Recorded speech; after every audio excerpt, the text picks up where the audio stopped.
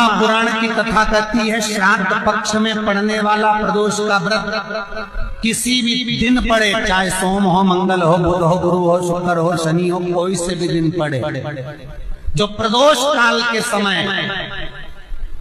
3 कलश में दूध लेकर उसमें काली तिल डालकर, जौ डालकर और उसमें थोड़ा सा डाब डालकर, डाब मतलब पूसा डालकर पीपल, बड़ और बेलपत्री के पेड़ के नीचे चढ़ा देता है, उसके घर में कभी संपदा की कमी नहीं होती महाराज। लक्ष्मी कभी समाप्त नहीं हो सकती। दुकान, व्यापार, व्यवसाय, फैक्ट्री, कुछ भी अगर खड्डे में भी जा रही है तो उबर जाती है। श्राद्ध पक्ष के प्रदोष का इतना महत्व होता है, पर प्रदोष काल में ही चढ़ेगा शाम के समय। पितरों के देवता आर्यमा स्वामी चले गए। एक सरोवर के तट पर आर्यमा स्वामी ने, पितरों के देवता आर्यमा स्वामी ने भगवान शिव के लिए एक सुंदर आनंदमय भगवान शंकर का एक पार्थिव शिवलिंग का निर्माण करा।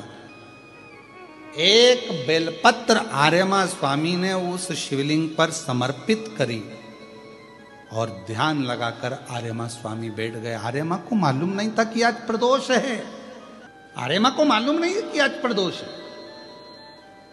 और फिर निवेदन करूं, पितृपक्ष की प्रदोष के दिन, पितृपक्ष में जो प्रदोष आती है, उस प्रदोष के दिन यदि एक चावल का दाना, एक बेलपत्र और एक लोटा जल कोई दिल से बाबा को चढ़ा देता है, प्रदोष काल में घी का दिया लगा देता है, उसके पूर्वजों को पिंड अपने आप प्राप्त हो जाता है, तर्पण अपने आप मिल जाए। उसको नहीं मालूम कि प्रदोष है, आर्यमा स्वामी के स्मरण में नहीं था। आज तो वो दिन है जिस दिन मेरे शंकर भगवान पार्वती और के साथ में वर प्रदान करते हैं, आनंद प्रदान करते हैं। मैं समझना चले, आर्यमा स्वामी ने पार्थिव लिंग का निर्माण किया, रमे स्मरण में, आनंद में, चित्त में, और भगवान शिव का पार्थिव शिवलिंग का निर्माण कर लिया। पूजन करने के लिए बैठ गए। 17 सितंबर से 17, 18, 19, 20, 21 5 दिन अमावस्या तक, पितृ के 5 दिन जो पीछे के हैं पितृमोक्ष के, ये 5 दिन जो ऑनलाइन कथा चलेगी, जितने भी शिव भक्त कथा को श्रवण कर रहे हैं, आपसे निवेदन है अपने अपने घर में ये 5 दिन की जब कथा चले 17 से 21 तक, तो एक चावल का दाना अपने साथ लेकर कथा सुने, या अपने पूर्वजों का फोटो रखकर कथा सुने, या परिंदे के पास में एक दिया लगाकर कथा सुने, या भगवान शिव का स्मरण कर कर एक चावल का दाना लेकर कथा सुने, और बाद में वो चावल का दाना परिंदे को छुआकर तुम्हारे घर में जो शिव जी हो, शंकर जी का मंदिर हो, शिवलिंग हो, मंदिर हो आसपास में कहीं पर भी वो चावल का दाना शिव को समर्पित। 5 दिन पितृपक्ष के जो अमावस्या वाली कथा आएगी, उसको आप दिल से सुनना, हृदय से सुनना, पितरों के मुक्ति हेतु सुनना, उनके मोक्ष हेतु सुनना। 5 दिन ऑनलाइन सुनो, उसको अपने घरों में रहकर सुनना, ऑनलाइन श्रवण करना और बाबा से अपने हृदय की बात कहना। फिर हम अगले वर्ष जो पितृपक्ष आएगा उसके पहले तुमसे बात करेंगे कि तुमने पितृपक्ष में जो मांगा था बाबा ने तुमको दिया कि नहीं दिया। 17 तारीख से जो ऑनलाइन कथा होगी, ये तो कथा आज विराम हो जाएगी 15 तारीख को, 17 से जो चालू हो उसका इस्तेमाल पितरों की शांति के घर में रहकर ऑनलाइन उसको श्रवण कर। कितना फल है उस कथा का लाभ। आर्यमा स्वामी ने शिवलिंग का निर्माण किया। ध्यान नहीं है कि प्रदोष है। कभी कभी हम टीवी पर कथा श्रवण करते रहते हैं, हमारे स्मरण में नहीं आता कि आज कौन सी तिथि है, पर कथा सुनने बैठ गए। उस तिथि के दिन हमारे कानों में ऐसी कथा पहुंच जाती है कि हमारा कल्याण बाबा अपने आप करना प्रारंभ कर देता है, हमारे दुख मिटाना बाबा प्रारंभ कर देता है, हमारी तकलीफें मिटाना शिव प्रारंभ कर देता है। हमारे स्मरण में नहीं रहते, ध्यान नहीं आ पाता कभी कभी। शिव कथा कर रही है आर्यमा स्वामी ने, जैसे ही शिव जी की आराधना करी भगवान शंकर। अब गणेश जी ने गलत कहा था क्या? तुम्हें कहीं नहीं जाना है, तुम क्यों जाओ, क्यों भटको, क्यों भटको? तुम तो शंकर का स्मरण करो, शिव को भजो, जहां बैठकर भजोगे वहीं मिलेगा। आस्था चैनल के सामने बैठकर कथा सुन रहे हो तो भी फल मिलेगा, मोबाइल पर कथा सुन रहे हो तो भी फल मिलेगा, और कथा के पंडाल में बैठकर कथा सुन रहे हो तो भी फल मिलेगा। तुम जहां बैठे, ये शंकर की कथा है, शिव महापुराण कथा है। शंकर हर जगह है। श्वास में शिव, श्वास निकल गई तो शव, श्वास है तो तुम शिव हो, श्वास निकली तो तुम शव हो। तो श्वास जहां चल रही है वो शिव ही है, इसलिए शंकर को कहीं ढूंढने मत जाओ, कहीं मत ढूंढा। गणेश जी ने कह दिया कहीं मत जाओ, बैठ गए एक जगह पर, बना लिया पार्थिव लिंग, पार्थिव लिंग का निर्माण कर लिया। अब ये पार्थिव लिंग का निर्माण करना, ये भी तो वही भाव आ गया, कंकर में शंकर को ढूंढ लेना। कण कण में शिव है, पार्थिव बनाया है बालू से, मिट्टी से, रेत से, कण कण में शिव है, उसी में तो ढूंढा। आर्यमा स्वामी ने ओम नमः शिवाय, ओम नमः शिवाय, ओम नमः शिवाय, ओम नमः शिवाय, ओम नमः शिवाय जप रहे हैं, जपा रहे हैं। शिवजी प्रकट हो गए, सामने आ गए, भगवान शंकर सम्मुख में, और भगवान शंकर सामने। मांगो क्या चाहिए? आर्यमा स्वामी कहने लगे प्रभु जी बड़ी कृपा करिए। गणेश जी बिल्कुल सत्य कहे थे, ढूंढने जाने की जरूरत नहीं है, भगवान को बस एक जगह पर बैठकर भज लो, परमात्मा मिल जाता। क्यों भटक रहे हो, काय के लिए जा रहे हो, कहां जा रहे हो? एक जगह बैठकर उसको भजो, मिलेगा। मिलन का, मिलने की भीतर से अग्नि बहुत तीव्र होना चाहिए, मिलन की अग्नि, तो परमात्मा मिलेगा। आप किसी के लिए सोच के बैठ जाओ, प्रैक्टिकल करना, तुम किसी के लिए सोच के बैठ जाओ, मुझे इससे मिलना है, मुझे इससे मिलना है, मुझे इससे मिलना है, मिलोगे।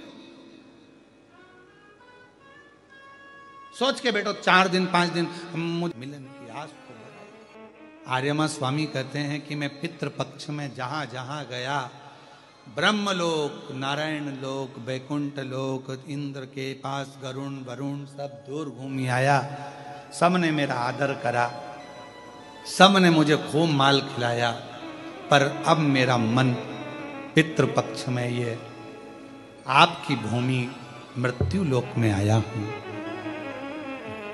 आपके धाम में आया हूं। मृत्यु लोक में, आपके धाम में, हाँ। क्या मिलेगा मुझे?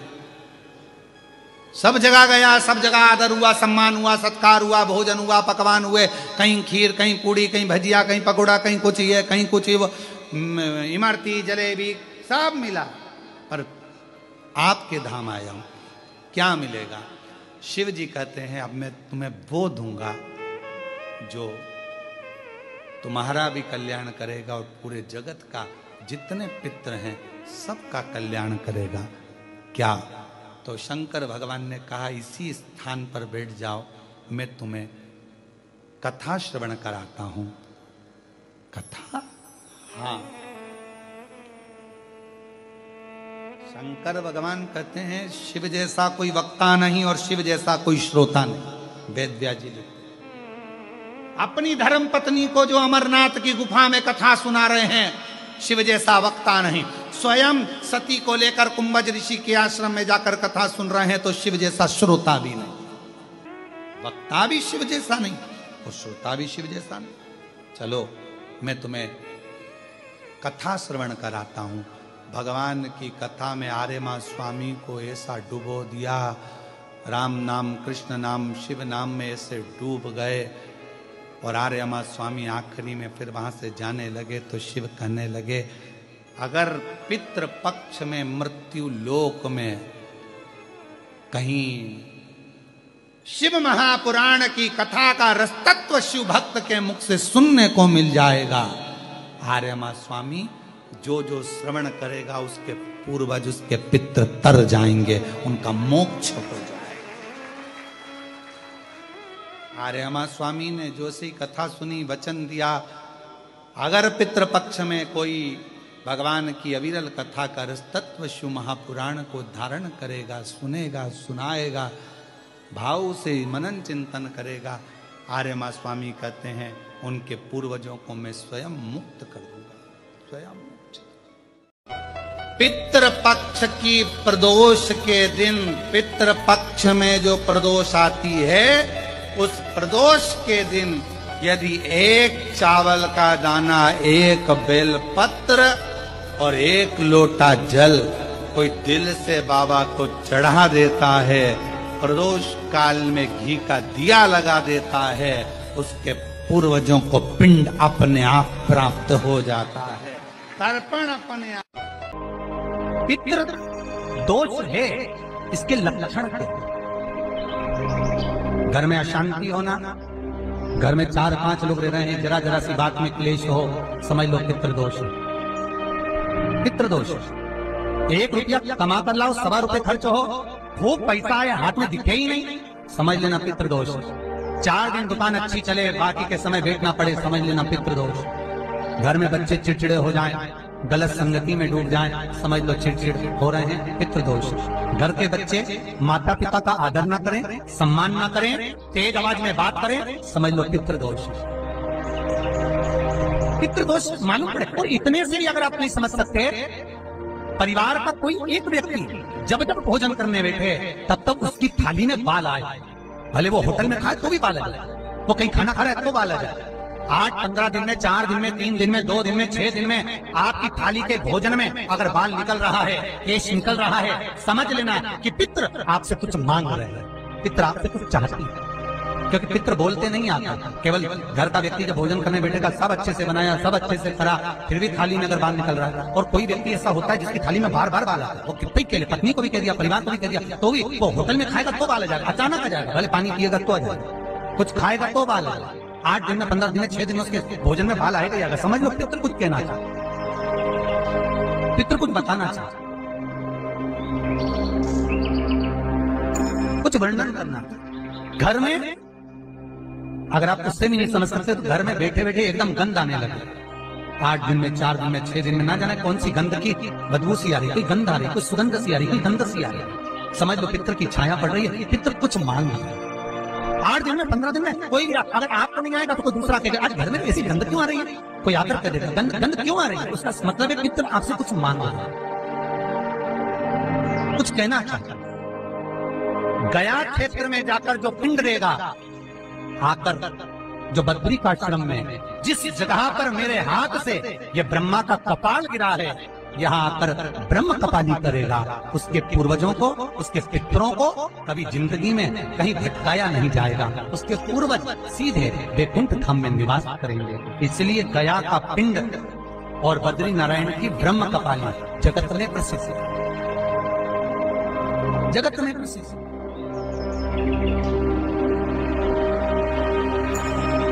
रविवार का पिंड, सोमवार का पिंड, मंगलवार का पिंड, ये जितने श्राद्ध लोग करते हैं, जितनी बार श्राद्ध का भोजन कराते हैं, चाहे गाय को दिया, आपको कथा में कहा था कि हमको और हमारे पूर्वजों को गाय को दिया हुआ, कुत्ता को दिया हुआ, श्वान को, कौवे को दिया हुआ, ब्राह्मण को भोजन कराया हुआ, कितना कितना प्राप्त होता, इसका वर्णन करा महाराज। कितना कितना भाव किस चीज का है, उसका व्याख्यान वर्णन। 16 दिन श्राद्ध के पितृ मृत्यु लोक में रहेंगे, अपने अपने घर में जाकर भोजन करेंगे, तब तक 16 दिन तक अग्नि देवता इन पितरों के साथ रहेंगे।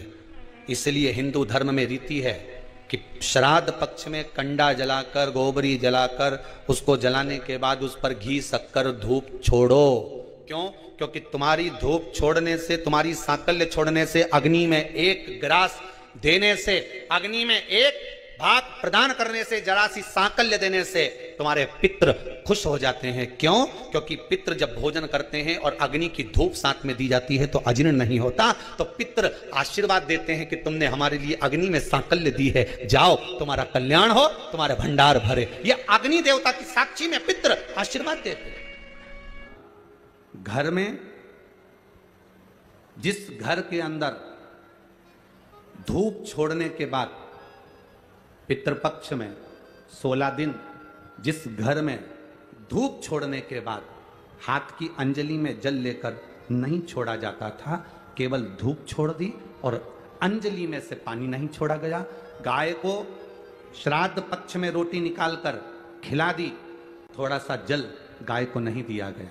कौवे को रोटी दी गई, कागा को भोजन दिया गया, जल नहीं छोड़ा गया।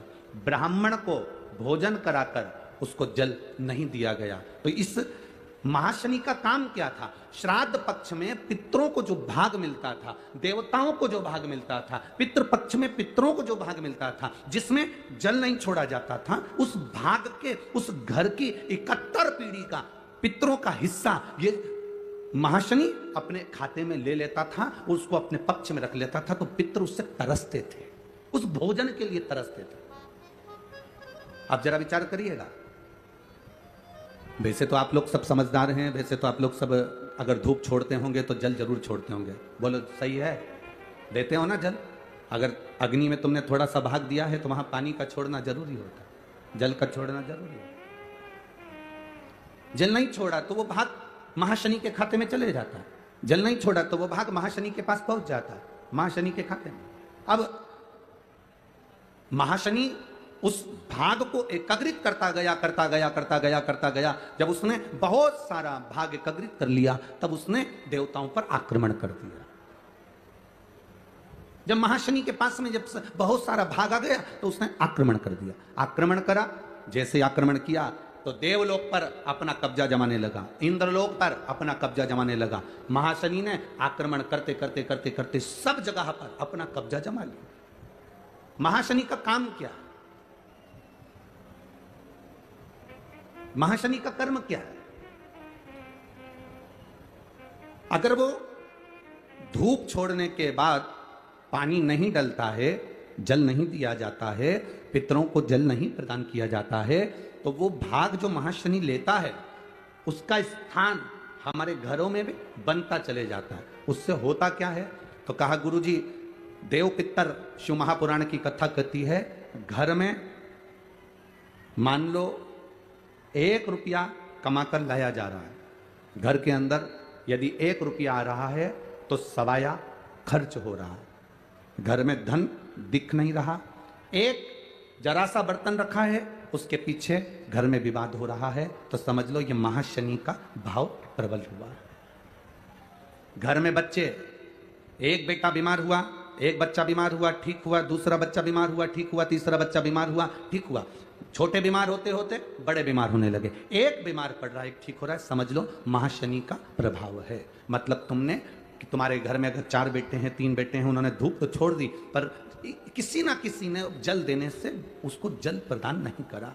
गाय को रोटी तो श्राद्ध पक्ष में दे दी पर जल नहीं दिया गया। गाय को अगर रोटी देने जा रहे हो तो थोड़ा सा बाल्टी में पानी भर कर ले जाओ। अगर बाल्टी में भी पानी नहीं ले जा सकते, थोड़ा सा जल उसके मुख पर जरूर देना चाहिए कि वो जल का आचमन कर ले। कौवे को अगर भोजन दिया है, कागा को अगर भोजन दिया, थोड़ा सा जल का भाग भले कटोरी में भर कर ले जाओ और छत पर थोड़ा सा भाग जल का छींटो, पर छींटना जरूर है। तो पूछो तो कि यह पानी क्यों फेरा, यह हाथ क्यों फेरा? उसका कारण केवल इतना सा था कि वो महाशनि हमारे भोजन के भाग को ग्रहण ना कर ले और मेरे घर में से समृद्धि, लक्ष्मी, वैभव और शांति ना चले जाए। इसलिए भोजन कराने से पहले जल का हाथ फेर देती थी, जल का हाथ फेर दिया जाता था।